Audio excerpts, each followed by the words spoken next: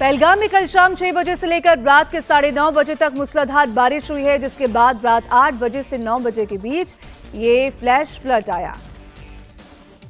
वही बात करें हिमाचल की, तो हिमाचल से उत्तराखंड तक बारिश से कोहराम है और उत्तराखंड में मूसलाधार बारिश के चलते गंगा उफान पर है। उत्तर प्रदेश के साथ साथ 20 राज्यों में आईएमडी ने भारी बारिश का रेड अलर्ट जारी कर दिया और दिल्ली एनसीआर में भी भारी बारिश की आईएमडी ने चेतावनी दी है। अगले 48 घंटे के दौरान भारी बारिश होने की आशंका आईएमडी के द्वारा जताई गई है। यूपी समेत 20 राज्यों में भारी बारिश हो रही है। अगले 48 घंटे में दिल्ली एनसीआर में भारी बारिश का अलर्ट है। यूपी के 30 शहरों में बारिश हो रही है, जिससे नदियां और नाले उफान पर हैं।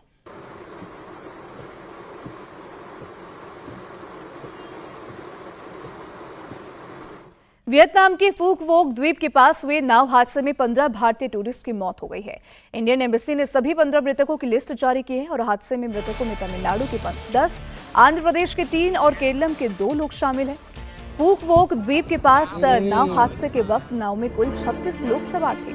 इनमें से 32 भारतीय पर्यटक, 3 क्रू मेंबर और 1 अटेंडेंट शामिल थे। हादसे में 15 भारतीयों की जान चली गई, जबकि अन्य 17 यात्रियों और 4 क्रू मेंबर के साथ साथ 21 लोगों को रेस्क्यू टीम ने सुरक्षित बाहर निकाल लिया।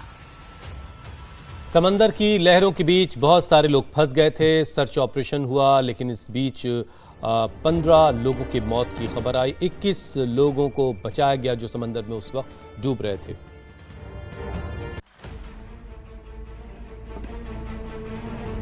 वियतनाम के सबसे फेमस बीच डेस्टिनेशन पर लहरों से लड़ते हुए अपनी जान गंवाने वाले सैलानियों के परिवार में सन्नाटा पसरा है। परिवार शोक में डूबा हुआ है। खुशियों के सफर के खौफनाक अंत की खबर सुनकर परिवार सदमे में है। इन हादसे में जिन 15 भारतीयों की मौत हुई है, उनमें तमिलनाडु के 10, आंध्र प्रदेश के 3 और केरलम के 2 टूरिस्ट शामिल हैं।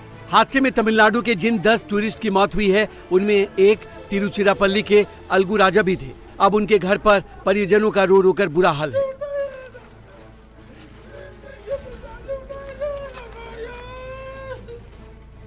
तो तिरुचिरापल्ली के ही भीमनगर यानकई कट्टी मैदान में रहने वाले शेख अब्दुल्ला का परिवार भी मातम में है।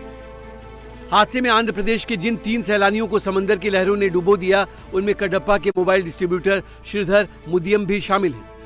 श्रीधर के साथ आंध्र प्रदेश के अलग अलग जिले के 28 मोबाइल डिस्ट्रीब्यूटर छुट्टी मनाने वियतनाम गए थे, लेकिन इस हादसे ने श्रीधर की फैमिली को कभी न भुलाने वाला जख्म दे दिया। अब फैमिली ने सरकार से श्रीधर के शव वापस लाने की अपील की है। वियतनाम में स्पीड बोट पलटने से हुए खौफनाक हादसे में आंध्र प्रदेश के मछलीपट्टनम के मशहूर बिजनेसमैन गिल्ली किशोर की पत्नी जयश्री की मौत हो गई। हादसे के बाद मछलीपट्टनम में उनके परिवार पर गमों का पहाड़ टूट पड़ा है। वियतनाम के फूक वोक द्वीप पर हुए नाव हादसे में मारे गए सभी लोग छुट्टियां बिताने वियतनाम गए थे।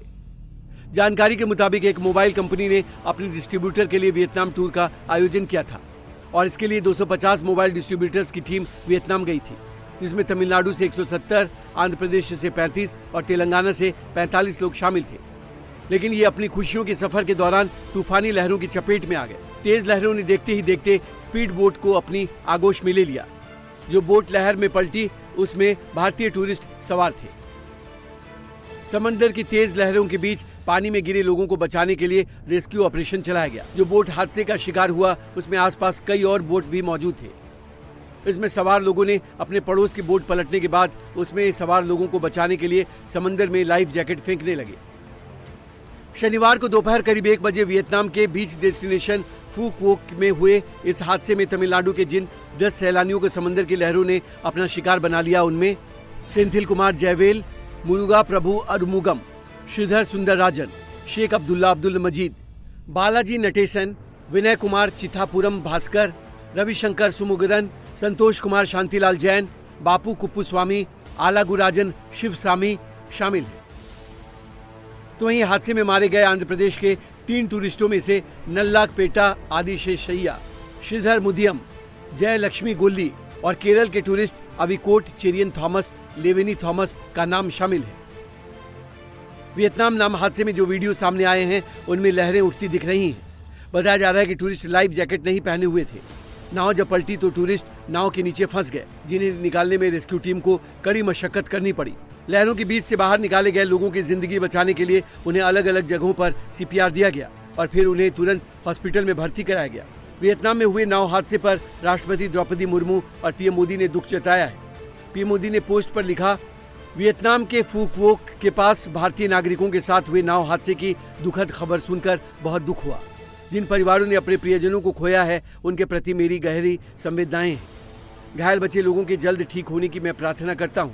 हमारा दूतावास और वाणिज्य दूतावास हर संभव मदद पहुंचा रहे हैं। हमारे अधिकारी वियतनामी अधिकारियों के भी लगातार संपर्क में हैं। छुट्टियां बिताने वियतनाम पहुंचे लोगों की नाव हादसे में हुई मौत को लेकर कांग्रेस लीडर राहुल गांधी ने भी एक्स पोस्ट के जरिए दुख जताया। नाव हादसे को लेकर इंडियन एम्बेसी ने हादसे में मारे गए सभी 15 इंडियन टूरिस्ट की लिस्ट शेयर करते हुए हो ची मिन्ह सिटी और हनोई में स्पेशल इमरजेंसी कंट्रोल रूम बनाए गए हैं ताकि पीड़ित परिवारों को तुरंत राहत और सहायता पहुंचाई जा सके। हो ची मिन्ह सिटी में मौजूद भारतीय दूतावास में +84 36281 7930 +84 91552 3714 और +84 33452 0414 पर संपर्क किया जा सकता है। वहीं हनोई में बनाए गए कंट्रोल रूम के लिए 084 91308 9165 नंबर जारी किया गया है। वियतनाम के जिस फू क्वोक द्वीप में उठी लहरों ने 15 इंडियन सैलानियों को अपना शिकार बना लिया, वो वियतनाम का सबसे बड़ा द्वीप है। थाईलैंड की खाड़ी में स्थित द्वीप अपने सफेद रेत वाले समुद्र तटों, शानदार रिजॉर्ट्स और सी लाइफ के लिए काफी फेमस है। यहाँ पहुँचने के लिए पर्यटक आमतौर पर एनथोई बंदरगाह से बोट या स्पीड बोट किराए पर लेते हैं। हर साल करीब 7.5 लाख भारतीय वियतनाम जाते हैं और वियतनाम जाने वाले ज्यादातर इंडियन वियतनाम के सबसे फेमस बीच डेस्टिनेशन फू क्वोक द्वीप जरूर जाते हैं। वियतनाम भारतीयों के लिए बजट फ्रेंडली टूरिस्ट प्लेस है, लेकिन शनिवार को यहाँ पहुंचे भारतीय सैलानियों को इस द्वीप ने ऐसा दर्द दिया है जिसे भुला पाना आसान नहीं है।